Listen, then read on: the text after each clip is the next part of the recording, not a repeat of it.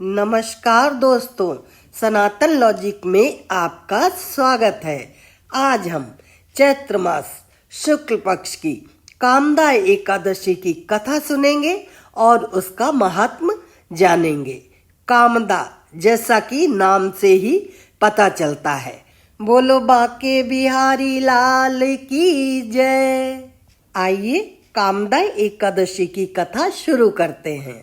एक बार राजा युधिष्ठिर और भगवान कृष्ण बैठे हुए थे।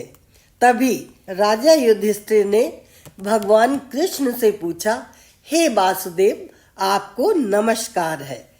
अब मेरे सामने यह बताइए कि चैत्र शुक्ल पक्ष में किस नाम की एकादशी होती है। भगवान श्री कृष्ण बोले, राजन, एकाग्र चित्त होकर यह पुरातन कथा सुनो, जिसे वशिष्ठ जी ने दिलीप के पूछने पर कहा था। दिलीप ने पूछा, भगवन, मैं एक बात सुनना चाहता हूँ। चैत्र मास के शुक्ल पक्ष में किस नाम की एकादशी होती है। वशिष्ठ जी बोले, राजन, चैत्र मास शुक्ल पक्ष में कामदा नाम की एकादशी होती है। वह परम पुण्यमयी है। पाप रूपी ईंधन के लिए तो वह दावानल ही है। प्राचीन काल की बात है, नागपुर नाम का एक सुंदर नगर था, जहां सोने के महल बने हुए थे। उस नगर में पुंडरीक आदि महाभयंकर नाग निवास करते थे। पुंडरीक नाम का नाग उन दिनों वहां राज्य करता था। गंधर्व, किन्नर और अप्सराएं भी उस नगरी का सेवन करती थीं। वहां एक श्रेष्ठ अप्सरा थी जिसका नाम ललिता था। उसके साथ ललित नाम वाला गंधर्व भी था। वे दोनों पति पत्नी के रूप में रहते थे।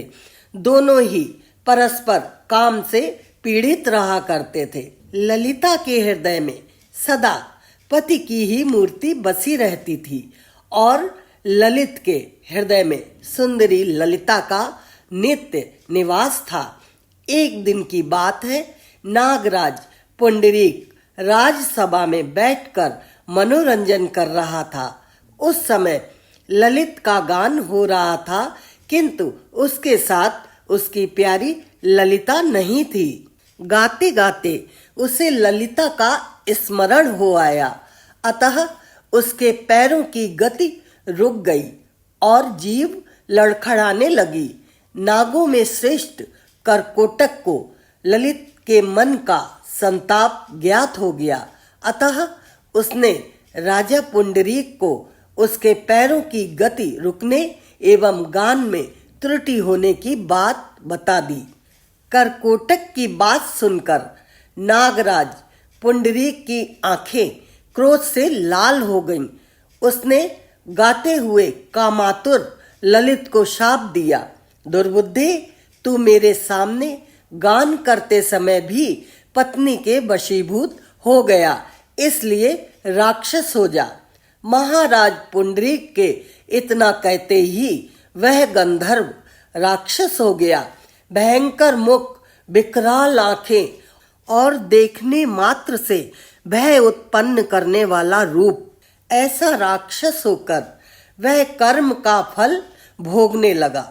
ललिता अपने पति की विकराल आकृति देख मन ही मन बहुत चिंतित हुई। भारी दुख से कष्ट पाने लगी। सोचने लगी, क्या करूं, कहां जाऊं। मेरे पति तो पाप से कष्ट पा रहे हैं।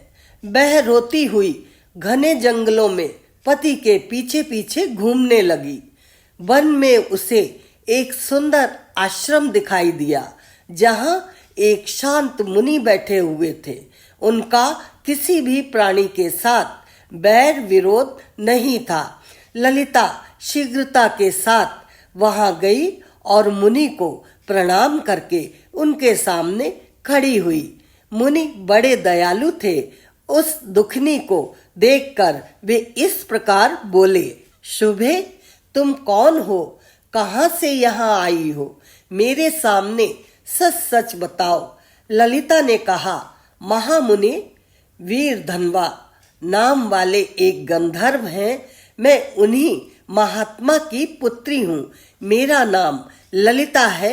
मेरे स्वामी अपने पाप दोष के कारण राक्षस हो गए हैं। उनकी यह अवस्था देखकर मुझे चैन नहीं है।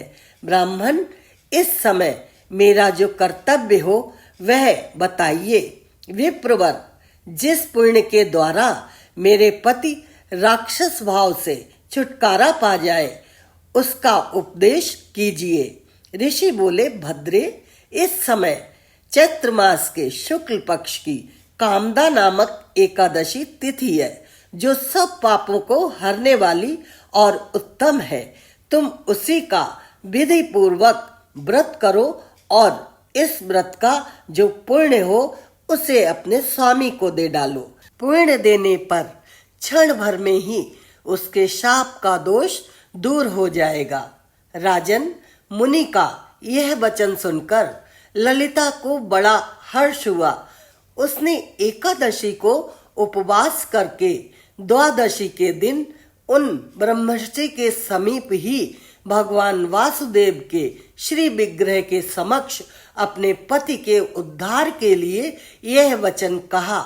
मैंने जो यह कामदा एकादशी का उपवास व्रत किया है उसके पुण्य के प्रभाव से मेरे पति का राक्षस भाव दूर हो जाए। वशिष्ठ जी कहते हैं, ललिता के इतना कहते ही उसी क्षण ललित का पाप दूर हो गया। उसने दिव्य देह धारण कर लिया, राक्षस भाव चला गया और पुनः गंधर्वत्व की प्राप्ति हुई। नृपश्रेष्ठ, वे दोनों पति पत्नी कामदा के प्रभाव से पहले की अपेक्षा भी अधिक सुंदर रूप धारण करके विमान पर आरूढ़ होकर अत्यंत शोभा पाने लगे। यह जानकर इस एकादशी के व्रत का यत्न पूर्वक पालन करना चाहिए। मैंने लोगों के हित के लिए तुम्हारे सामने इस व्रत का वर्णन किया है। कामदा एकादशी सभी पापों का नाश करने वाली है और पिशाच योनि से भी छुटकारा दिलाने वाली है। इस कथा को पढ़ने से और सुनने से वाजपेय यज्ञ के बराबर फल प्राप्त होता है। राधे राधे दोस्तों, जाने से पहले वीडियो को लाइक कर दीजिए और चैनल पर अगर पहली बार आए हैं तो सब्सक्राइब कर दीजिए। आज के वीडियो में बस इतना ही।